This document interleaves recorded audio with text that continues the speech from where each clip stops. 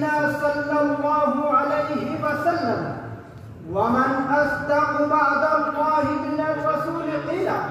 وهذه القطعة تدفعنا إلى تفكير بالغ واهتمام كامل، وهي تريد أن تركز عنايتنا إلى شيء مهم، وهي تسألنا: هل نحن اليوم مسلمون حقا؟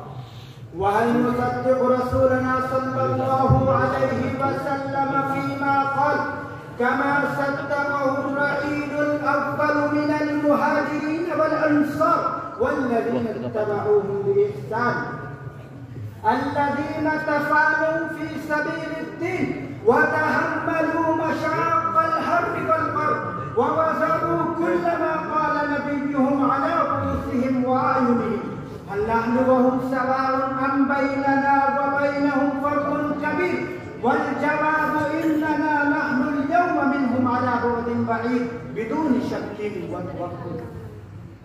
إخواني الكرام، كان رسولنا صلى الله عليه وسلم يحب الجهاد في سبيل الله حبا زائدا، كما كان شانه في جميع الأمور الدينية. لقد دخل الجهاد في شغاف قلبي، فكان يقول: والذي نفس محمد بيده لوددت أن أغزو في سبيل الله فأقتل، ثم أغزو فأقتل، ثم أغزو فأقتل. وهناك كثير من الأحاديث التي تدل على شرفه الزائد للتفاني في سبيل الله. إخواني، أين نحن الآن منهم؟ أمرنا رسول الله صلى الله عليه وسلم أن نستظل بظلال السيوف ونلتمس هناك جنتنا، فيا أسفا علينا ثم يا أسفا علينا، إننا نحن المسلمون اليوم فردا وجماعة نسعى إلى حزب الشيطان لينقذونا من العذاب الأليم ويخرجنا من التاسعة إلى السعادة، وهكذا نتورط في مكائد الباطل بصفة دائمة مستمرة، ثم نتمنى أن نعيش في أكنافهم آمنين مطمئنين ونحسبها جنة.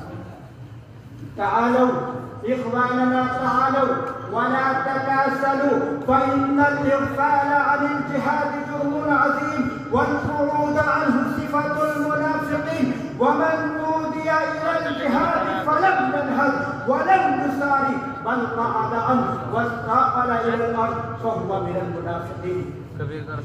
ولماذا لا تخرجون؟ ولماذا لزمتم بيوتكم؟